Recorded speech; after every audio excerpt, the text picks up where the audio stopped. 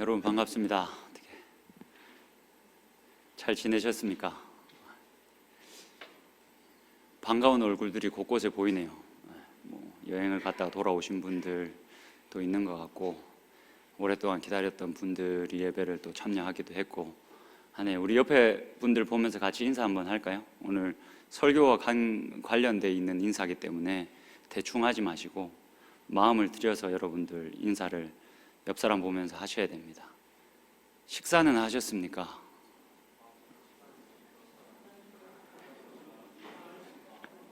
식사는 하셨습니까? 자, 오늘 2장, 이제 마가복음 2장 마지막입니다. 여러분, 2장을 끝내는데 한 6개월 걸린 것 같네요. 오늘 2장을 마무리하는데 아까 저희가 이 2장 23절에서부터 28절을 읽어서 여러분들 아시겠지만 또 먹는 거에 관련한 이야기입니다. 저번 주, 이번 주 계속 이 먹는 것 가지고 이야기가 계속되고 있습니다. 오늘 본문은 그 먹는 것과 관련된 이야기 중에 제일 어떻게 보면 치졸한 이야기일 수 있겠다 싶습니다.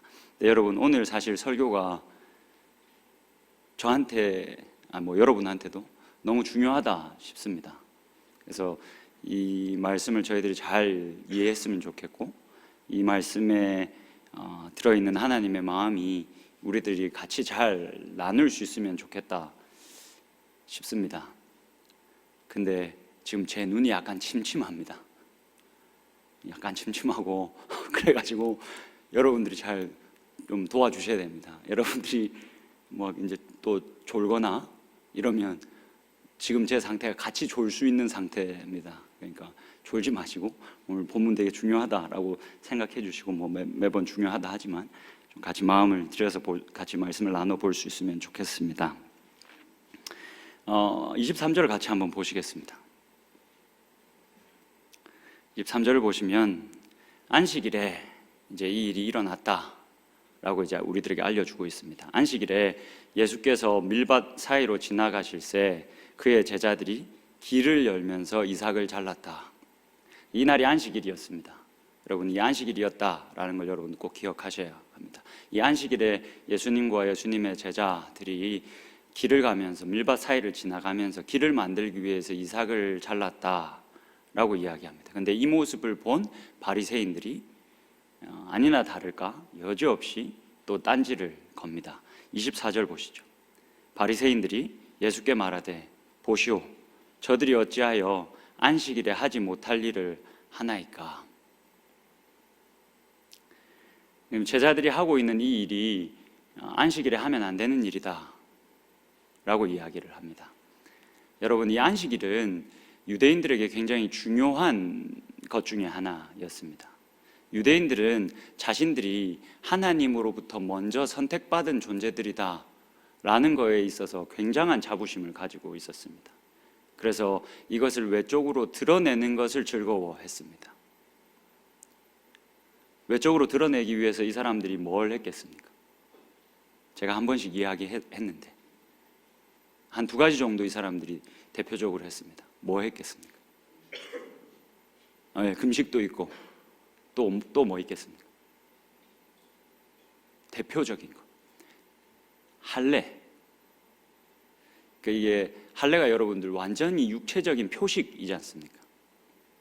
누가 봐도 당시에는 몸에 그렇게 손을 대는 때가 아니었기 때문에 할례를 행하면 이 사람은 누가 뭐라 해도 유대인인 겁니다.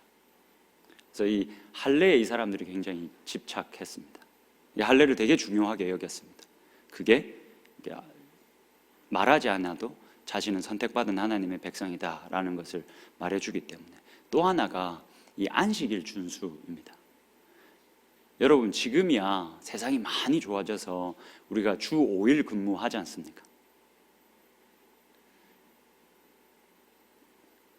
목사들은 주 6일 합니다. 여러분, 이 뭔가 잘못된 거 아닙니까? 장난입니다. 진심입니다. 근데 그 당시에는 여러분, 이렇게 쉬는 게 없었습니다. 근데 유대인들이 안식일을 꼬박꼬박 이제 지켜서 쉬는 겁니다. 그래서 이제 유대인들을 상당히 게으른 자들이다라고 봤었습니다. 근데 이 사람들이 그렇게 안식일을 지키면서 내가 유대인이다라는 것을 이렇게 늘 드러내곤 했습니다. 그래서 할례와 안식일 준수는 이들에게 있어서 어떻게 보면 자부심과 같았습니다. 그래서 이 안식일을 지키는 것에 대한 그 수준이 시간이 지남에 따라 점점 올라갑니다. 구약 성경에는 이 안식일 날에는 파종을 하거나 추수하는 것은 안 된다라고 금지하고 있습니다. 근데 유대인들의 문헌들을 통해서 이 안식일을 지키는 법이 점점 더 빡세집니다. 미리 준비한 음식 아니고서는 그날에 음식을 준비해서 먹어서도 안 되고, 이렇게 밭 사이에 떨어져 있는 이삭들을 먹어서도 안 되고, 함부로 다른 집에 가서 음료수를 마셔서도 안 되고, 이렇게 엄격해집니다. 이렇게 엄격하게 이 안식일을 지키면서 우리는 그렇게 구별된 하나님의 백성이다 라는 것을 이들이 이제 이렇게 드러내고 살았죠. 지금 23절의 제자들의 행동을 보고 바리새인들이 안식일에 하지 못할 일을 했다라고 이야기하고 있는 것을 보면 아마 이 제자들의 그 길을 열면서 이삭을 자른 행동을 아마도 이 바리새인들은 추수 혹은 이것을 따서 자기들이 먹으려고 하는 행위라고 봤던 것 같습니다. 그래서 지금 제자들을 향해서 안식일에 하지 못할 일을 하고 있다 라고 이야기를 하는 겁니다. 또 이렇게 예수님의 제자들을 향해서 혹은 예수님을 향해서 비판하고 비난하는 바리새인들을 향해서 예수님이 뭐라고 답하는지 한번 보십시오. 25절입니다. 여러분들이 한 번만 읽어주시겠습니까? 다 같이 한번 읽겠습니다. 시작.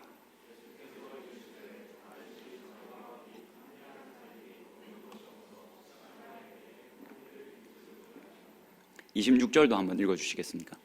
시작.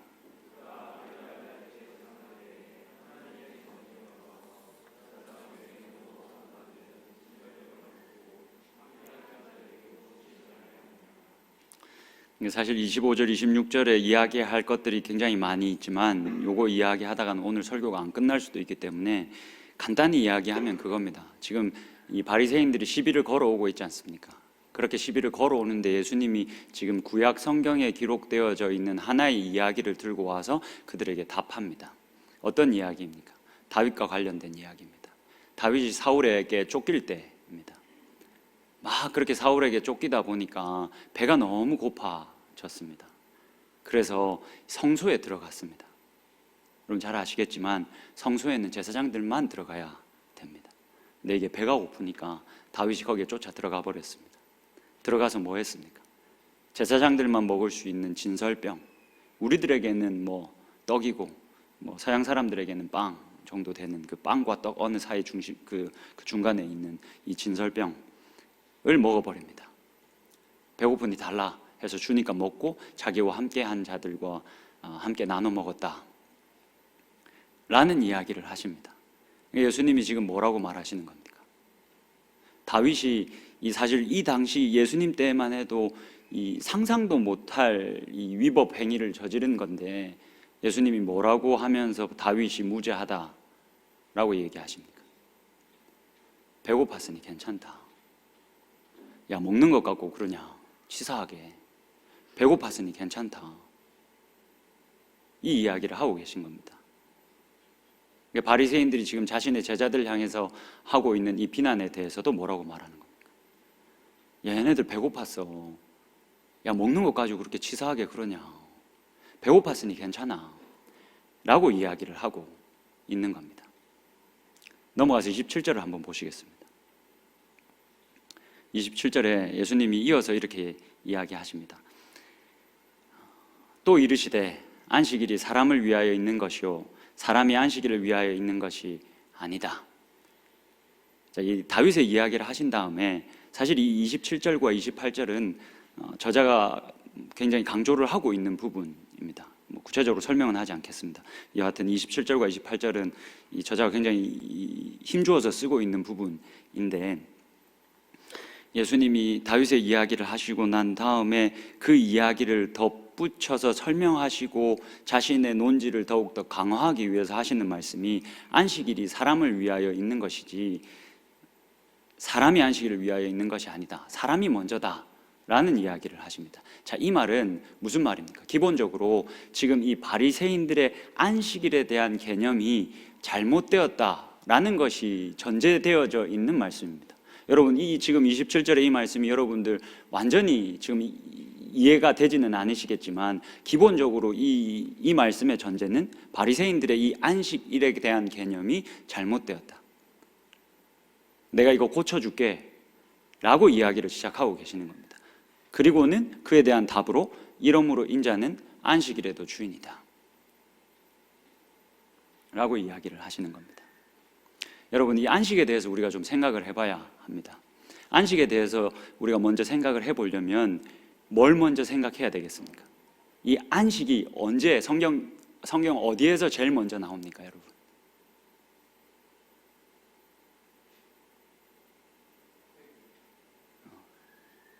언제 나옵니까, 여러분? 마음속으로 그냥 빨리 묻지 말고 답해라 하시는데 오늘 계속 이렇게 하시면 저도 같이 좋을 거라고 말씀을 드렸습니다. 언제 나옵니까? 안식하셨다라는 말이 언제 나옵니까? 창조 때 나오지 않습니까? 그래서 이 안식에 대해서 우리가 이야기를 간단히 좀 나눠보려면 창조에 대해서도 같이 이야기를 나눠봐야 됩니다. 여러분, 제가 한번 같이 말씀을 하나 찾아보면 좋겠는데 이 말씀을 읽고 여러분 그걸 한번 예측을 한번 해보십시오. 우리는 창세기 1장의 창조 기사를 읽을 때 여러분들 보통 창조 기사를 어떻게 읽으십니까? 그저 창조로 읽지 않습니까? 근데 유대인들은 이 창조 기사를 읽을 때 그저 창조의 이야기로만 읽지 않습니다. 이들이 창조의 기사를 읽으면서 뭐 하나를 더 떠올립니다. 그게 뭘지 여러분 한번 예측 한번 해보십시오. 이사야서 66장 한번 펴보십시오. 이사야서 66장 1절.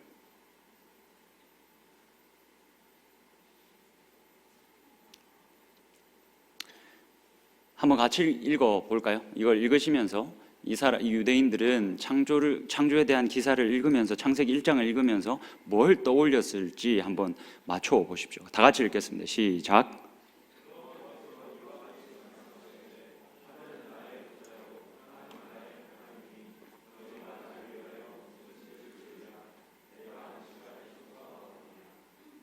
자, 여러분 보십시오. 여호와께서 이와 같이 말씀하셨다. 하늘은 나의 보좌고 땅은 나의 발판이다. 이게 이제 이 언어가 너무 이제 구시대 언어니까 지금 이 말씀을 그림으로 그려보면 이게 하늘이면 이렇게 앉고 이게 땅이면 이걸 발판으로 이렇게 삼아서 이렇게 앉고 있어요. 자, 그러면 여러분 이 유대인들이 창조의 기사를 막 읽을 때 하나님이 하늘도 지으시고 땅도 만드시고 땅과 물을 분리하시고 이 이야기를 읽을 때 유대인들이 뭘 떠올리겠습니까?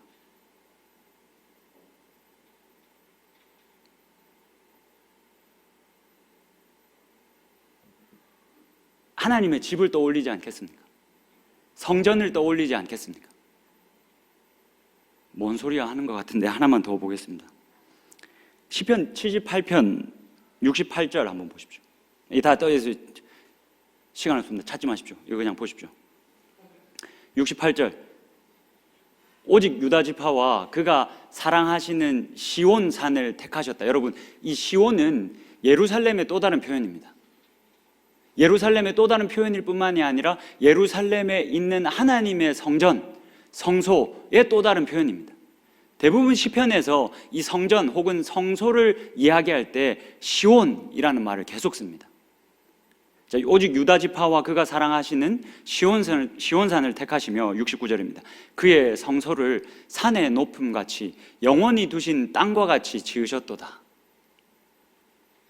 하나님이 성소를 지으실 때 마치 하늘을 지으시는 것처럼, 마치 산을 지으시는 것처럼, 땅을 지으시는 것처럼 그렇게 지으셨다 라고 이야기를 하고 있는 겁니다. 그래서 유대인들은 우리는 창세기 1장을 보면 그냥 하나님이 이 우주 만물을 창조하셨구나 라는 생각만 하면서 읽지만, 유대인들은 지금 하나님께서 하나님이 거하시는 자기의 집, 하나님의 성전, 하나님의 성소를 짓고 있구나 라는 생각을 했습니다. 그래서 성경 곳곳에 보면 이 성전 짓는 것, 성소를 만드는 것과 창조의 기사가 계속 오버랩됩니다. 유대인들이 실제로 그렇게 성경을 읽었다는 거죠. 그래서 여러분, 창조는 하나님의 집을 만드신 하나님의 행위, 하나님의 성전, 하나님이 거하시는 성전을 만드는 행위였다라는 것을 여러분들 꼭 기억하셔야 합니다. 자, 그러면 창조가 하나님의 집을 짓는 행위였다, 하나님이 거하실 하나님의 성전을 짓는 그 거룩한 공간을 짓는 행위였다라고 우리가 정의를 할 수 있다면, 두 번째로, 그러면 안식은 무엇이겠습니까? 여러분, 하나님께서 일곱째 되는 날 모든 것을 다 지으시고 마지막 날에 하나님이 안식하셨다라고 기록하고 있습니다. 그러면 이 안식은 어떤 의미를 가지겠습니까? 6일 동안 열심히 이 세상을, 자신이 살 집을, 자신이 거할 공간을 열심히 짓다 보니까 너무 힘드셔서 이제 하루는 쉬셨다, 그거겠습니까? 하나님도 체력의 한계가 있으셔서 막 열심히 일하시면 한 날은 쉬셔야 되는 그런 존재이시겠습니까? 그렇지 않습니다. 여러분, 안식은 하나님의 통치가 그렇게 시작되었다. 하나님께서 우주 만물을 자신의 집으로, 자신이 거할 성전으로 지으시고 마지막 일곱째 되는 날 모든 걸 만드신 다음에 자신이 이 만든 자신의 집으로 들어오셨다. 그렇게 들어오셔서 통치를 시작하셨다 라는 이야기입니다.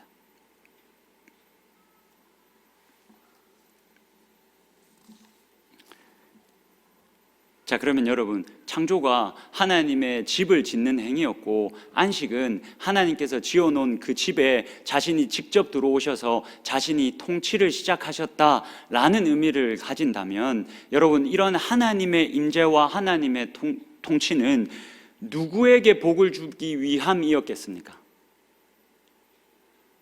이 하나님의 임재와 통치가 결국 누구를 향해 있었겠습니까? 인간을 향해 있었습니다. 여러분, 창세기, 요건 여러분들 좀 성경을 찾아서 한번 보시면 좋겠습니다. 창세기 1장 한번 펴보시죠. 여섯째 날에 하나님께서 인간을 창조하셨습니다. 그리고는 이 자신의 임재와 자신의 통치를 통해서 이 인간들을 얼마나 복주고, 이 인간들의 삶을 얼마나 풍성하게 하고, 이 인간들의 삶을 얼마나 아름답게 하고 싶어 하셨는지, 원래의 하나님의 계획이 무엇이었는지를 한번 보십시오. 창세기 1장 28절 한번 보십시오. 제가 쭉 읽어갈 테니까 여러분 눈으로 한번 따라와 보십시오. 하나님이 그들에게 복을 주시며 하나님이 그들에게 이르시되 생육하고 번성하여 땅에 충만하라. 땅을 정복하라. 바다의 물고기와 하늘의 새와 땅에 움직이는 모든 생물을 다스리라 하시니라. 하나님이 이르시되 내가 온 지면에 씨 맺는 모든 채소와 씨 가진 열매 맺는 모든 나무를 너희에게 주노니 너희의 먹을거리가 풍성하게 되리라. 또 땅의 모든 짐승과 하늘의 모든 새와 생명이 있어 땅에 기는 모든 것에게는 내가 모든 푸른 풀을 먹을거리로 주노라 하시니 그대로 되니라. 하나님의 임재와 하나님의 통치가 인간을 향해 있었습니다. 그래서 하나님께서 이 인간에게 에덴 동산을 주셨습니다. 그래서 이 에덴 동산, 즉 하나님의 임재와 하나님의 통치가 이 높은 하늘에서부터 저 낮은 땅까지 충만히 임할 때, 그렇게 가득할 때 그 하나님의 통치와 하나님의 임재가 이 세상을 얼마나 아름답게 하고 풍족하게 하는지를 에덴 동산이 우리들에게 잘 보여줍니다. 여러분, 조금만 넘어가셔서 창세기 2장 8절 한번 보십시오. 2장 8절부터 제가 쭉 좀 읽어 드릴 텐데, 하나님의 임재와 통치가 있는 그곳이 얼마나 아름다울지를 여러분들 한번 상상 한번 해보십시오. 여호와 하나님이 동방의 에덴에 동산을 창설하시고 그 지으신 사람을 거기 두시니라. 여호와 하나님이 그 땅에서 보기에 아름답고 먹기에 좋은 나무가 나게 하시니 동산 가운데에는 생명나무와 선악을 알게 하는 나무도 있더라. 강이 에덴에서 흘러나와 동산을 적시고 거기서부터 갈라져 네 근원이 되었으니 첫째의 이름은 비손이라.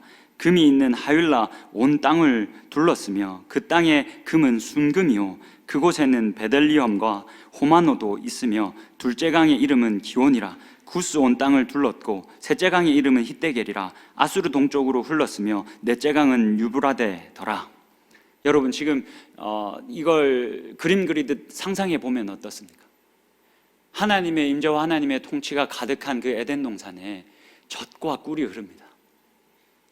물이 넘쳐납니다. 그 물이 넘쳐나는 것 때문에 녹음이 무성하게 됩니다. 하나님의 나라가 여러분들 원래 이랬다 하는 겁니다. 원래 이런 곳이 하나님의 나라였다라는 겁니다. 너무 멀리 갔는데 여러분 본문으로 돌아와 봅시다. 원래는 그 하나님의 나라가, 하나님의 임재와 하나님의 통치가 우리들에게 그렇게 아름다운 나라를 줬는데 이게 죄 때문에 계속 깨어졌습니다. 심각하게 깨어졌고 지금도 계속 깨어지고 있습니다. 여러분 우리 주변을 보십시오. 가난과 굶주림, 재앙과 재난, 헐벗은 사람들, 지천에 널려 있지 않습니까? 원래 하나님께서 다스리시는 나라가 그런 나라가 아니었다니까요. 그런 곳이 아니었다니까요. 근데 인간이 지은 죄가 이 나라를 심각하게 이렇게 깨뜨리고 있습니다. 오늘 본문으로 돌아와 보십시오. 지금 바리새인들이 뭘로 딴지를 걸고 있습니까? 고작 이 먹는 것. 여러분 하나님께서 계획하신 하나님의 이 나라는 우리 모두가 풍족히 먹는 나라입니다. 나는 풍족히 먹는데 얘는 굶고 있고 그런 나라 아닙니다. 다 같이 풍족히 먹고도 남음일 수 있는 나라입니다. 예수님께서 그걸 직접 보여주시죠. 뭘로 보여주십니까? 오병이어의 사건으로 그걸 보여주시지 않습니까? 원래 하나님의 나라는 누구는 먹고 누구는 먹지 못하는 나라가 아니라 모두 다 같이 먹고 마실 수 있는 그런 풍족한 나라다. 내가 이 나라를 그렇게 회복하기 위해서 이곳에 왔다.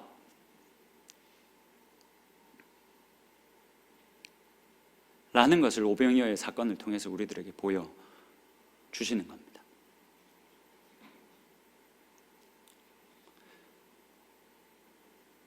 여러분 이 사진 한 번만 보시겠습니까?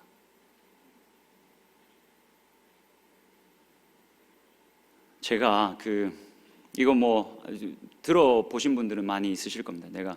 제가 제일 좋아하는 차량이기 때문에 제가 몇 년 전이죠? 한 7년 전입니까? 지금 이제 튀르키예에서 있었던 큰 지진처럼 네팔에 그거보다 더 강한 지진이 있었던 거 여러분들 기억하십니까? 그래서 너무 가난한 사람들의 집이 다 무너졌습니다. 대부분 이 산에 살고 있던 부족들의 집이 다 무너졌습니다. 그때 이제 뉴스에도 많이 나왔고 해서 제가 섬기던 교회에서 선교팀이 꾸려졌습니다. 이제 거기를 이끄는 팀장으로 이제 제가 청년들 몇 명과 함께 갔습니다. 처음 가서 본 그들의 상황이 이랬습니다. 다음 거 한번 넘겨주시겠습니다. 그 다음 거 넘겨주시겠습니다.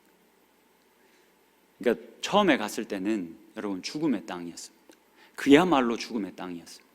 그냥 저렇게 대충 이 폴대 같은 거 하나 세워놓고 천막 치고 거기서 하고 그냥 옆에서 그냥 대소변 다 보고 냄새 나고 그런 땅이었습니다. 딱 처음 갔을 때 죽음의 땅이다라는 생각밖에 들지가 않았습니다.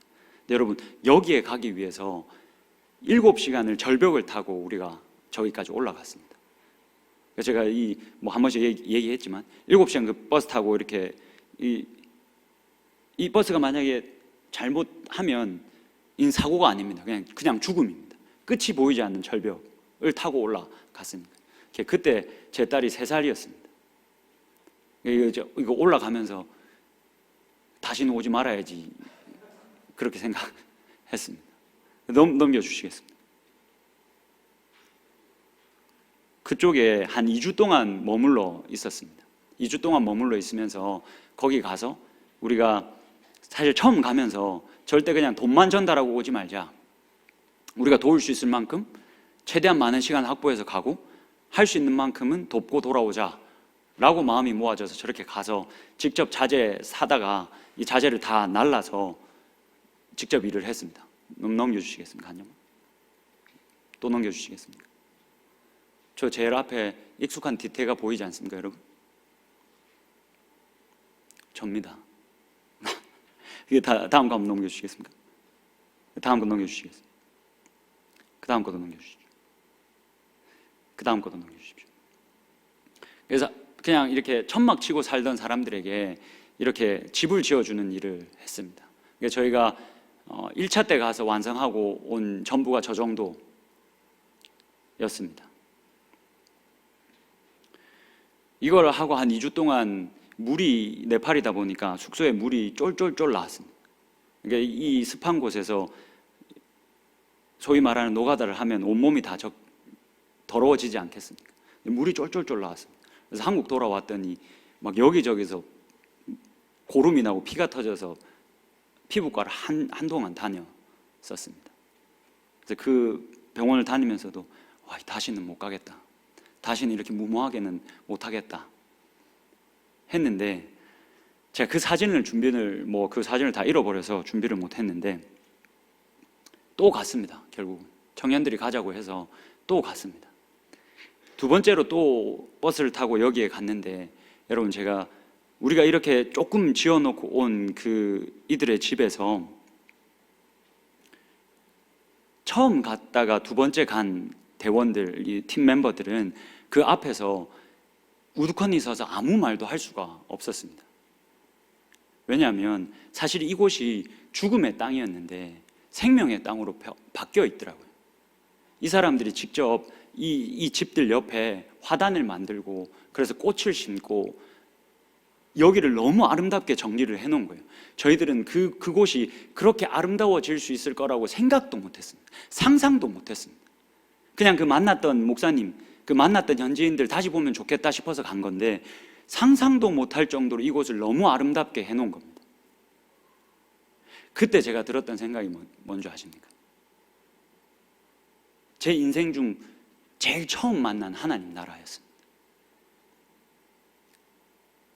내가 눈으로 실제 내 인생 중에 실제 내 눈으로 처음 본 하나님의 나라가 네팔이었습니다. 하나님의 통치와 하나님의 임재가 임하면 이 깨어진 땅이 에덴 동산 같아질 수 있겠구나. 아마 여러분 관광으로 가면 여기는 별 볼 일 없는 땅일 겁니다. 그냥 불쌍한 사람들의 땅일 겁니다. 근데 십자가를 들고 그리스도를 본받아 이 땅으로 간 사람들에게는 이 땅에서 에덴 동산이 너무 보이는 겁니다. 물이 풍성하고 그래서 녹음이 무성한 그 나라가 여기에 보이는 겁니다. 여러분, 예수 그리스도가 이 깨어진 세상 가운데 이 에덴 동산을 회복하기 위해서 이 땅에 오셨습니다. 그리고 그 예수 그리스도가 우리들을 그 선교에 동참하라고 부르십니다. 오늘 본문 마지막 절에 예수님이 뭐라고 하십니까? 인자가 이 안식일의 주인이다. 이 안식을, 하나님의 통치와 임재를 회복할 사람이 누구다라고 말합니까? 예수 그리스도다. 그 하나님의 통치와 임재가 어떻게 회복되어집니까? 예수 그리스도의 십자가로 인해서 회복되어집니다. 그리고 그 십자가를 나도 지고 예수 그리스도를 따르는 사람들을 통해서 이 깨어진 땅은 계속해서 회복될 겁니다. 그리고 그 선교에 우리가 참여할 수 있다면 우리는 그 하나님의 나라를 우리의 삶 가운데, 우리들의 인생 가운데 임하는 그 하나님의 나라를 여러분들 눈으로 확인하실 수 있을 겁니다. 그걸 눈으로 확인할 수 있다면 이 삶이 영광스럽다라고 말할 수 있을 겁니다. 여러분, 마지막으로 요한계시록 21장 한 번만 보시겠습니까?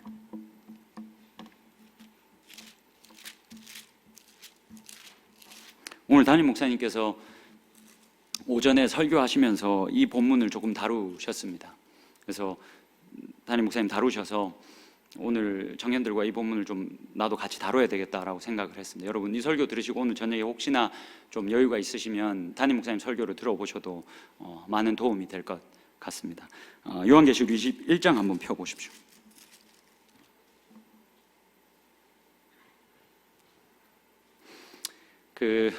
담임 목사님 설교를 들어보시면 요즘 담임 목사님 설교하실 때 톰 라이트라는 신학자를 많이 이야기하십니다. 여러분들은 모르시겠지만 이 톰 라이트라는 학자가 사실 지금 이 신약 학계에 굉장한 일을 한 사람입니다. 사실 이 신약 성경의 연구, 그리고 신약에 등장하는 어떤 구원의 개념, 이런 것들이 좀 과장해서 이야기하면 이 사람의 이전과 이 사람 이후로 나뉩니다. 이 사람의 연구 업적이 엄청나게 지금 신학학계에 영향을 많이 미쳤고, 이 사람의 연구 결과가 그동안 성경을 굉장히 제한적으로 보던 우리들의 시야를 엄청나게 열어줬습니다. 그래서 지금 이 신학계를 이끌어가고 있는 모든 학자들은 다 이 사람의 영향을 받았다고 해도 무방할 정도로 엄청난 학자인데, 이 담임 목사님 계속 좀 소개를 하고 계신데, 이 요한계시록 21장을 한번 보시면 우리들이 이 구원이란 무엇인가, 그리고 하나님의 선교란 무엇인가를 좀 새롭게 볼 수 있게 합니다. 21장 2절 한번 보십시오. 제가 쭉 읽어드릴 테니까 눈으로 한번 따라와 보십시오. 또 내가 보매 거룩한 성 새 예루살렘이 하나님께로부터 하늘에서 내려오니 그 준비한 것이 신부가 남편을 위하여 단장한 것 같더라. 3절입니다. 내가 들으니 보좌에서 큰 음성이 나서 이르되 보라, 하나님의 장막이 사람들과 함께 있음에 하나님이 그들과 함께 계시리니 그들은 하나님의 백성이 되고 하나님은 친히 그들과 함께 계셔서 모든 눈물을 그 눈에서 닦아주시니 다시는 사망이 없고 애통하는 것이나 곡하는 것이나 아픈 것이 다시 있지 아니하리니 처음 것들이 다 지나갔음이러라. 여러분, 지금 요한계시록에서 마지막 날에 예수 그리스도가 오시면 어떤 일이 일어난다라고 이야기합니까? 하늘의 성 예루살렘이, 하나님의 집, 하나님의 성전이 저 하늘에서부터 이 땅 가운데로 내려온다라고 이야기합니다. 아까 제가 제 행동으로 보여드렸던 그 하나님의 임재가 다시 회복되어진다라는 이야기를 하고 있는 겁니다. 예수 그리스도가 다시 오시는 날 이 하늘과 이 땅들이 뭐와 같이 온전히 회복되어질 것이다 라고 이야기합니다. 에덴 동산의 원래의 모습처럼 그렇게 회복될 것이다. 여러분, 그러면 우리는 뭐 해야겠습니까? 하나님이 이 깨어진 땅을, 그리고 계속 깨어진 이 땅들을 하나님께서 회복하기를 원하셔서 자신의 아들을 내어주셨습니다. 예수 그리스도는 이 땅을 회복하기 위해서 저 높은 하늘에서 하나님과 동등됨을 취할 것으로 여기지 아니하시고 내려오셔서 이 땅을 회복하시는 일에 앞장서셨습니다. 그리고 우리를 부르셨습니다. 그렇다면 우리는 어떻게 살아야겠습니까? 여러분, 우리가 왜 선교해야 합니까? 여러분, 왜 해외 선교 가십니까? 왜 우리 주변에 있는 깨어진 사람들, 깨어진 지역들에 왜 우리가 관심을 가져야 합니까? 거기에도 하나님이 왕이시기 때문에 그렇습니다. 거기는 다른 어떤 이가 다스리는 나라가 아니라 거기도 하나님께서 다스리시는 하나님의 인재와 하나님의 통치가 있어서 물이 풍성하고 녹음이 무성한 곳이 되어야 합당하기 때문에 우리는 선교합니다. 여러분, 이번에 저희들 학예 수련회를 태안으로 갈 겁니다. 어제 최종 지금 준비하고 있는 인원들과 준비팀원들과 답사를 했고, 최종 여기서 우리가 학예 수련회를 진행하기로 결정을 했습니다. 우리와 아무 관계가 없는 땅, 그리고 우리와 전혀 관계가 없는 어르신들, 우리가 그분들 섬기고 도우려고 갈 겁니다. 물론 우리들을 위한 수련회 시간도 가질 겁니다. 근데 오전 오후의 시간들은 우리가 하나님의 이 선교에 직접적으로 참여하는 시간을 가져보려고 합니다. 여러분, 이번 이 학예 수련회에 이와 같은 마음으로 함께 동참할 수 있으면 좋겠습니다. 하나님이 이 깨어진 세상을 수축하시고 회복하기를 원하신다는 그 하나님의 마음이, 그리고 이 복음서에 기록되어져 있는 예수님의 그 일하심이 실제로 우리들의 삶 가운데 동일하게 일어나고, 그렇게 하나님 나라가 우리의 삶 가운데 들어오게 되어지는 것을 경험하고자 하는 그런 마음을 가지고 이번 수련회에 함께 해 주시면 좋겠습니다. 우리의 그러한 작은 걸음이 그 깨어진 땅 가운데 소외되어 살아가고 있는 그분들에게 큰 위로가 될 것이고, 그리고 우리들의 눈에 그렇게 하나님의 나라가 임하게 되어지는 것을 우리가 함께 경험할 수 있을 것이다 확신합니다. 우리가 그런 마음을 가지고 계속해서 하나님의 선교에 동참하는 선교적인 삶을 살아가고, 이번 학예 수련회 때는 실제로 우리의 몸과 마음과 시간을 들여서 그 일들을 함께 해볼 수 있는 그런 귀한 시간이 되면 좋겠습니다.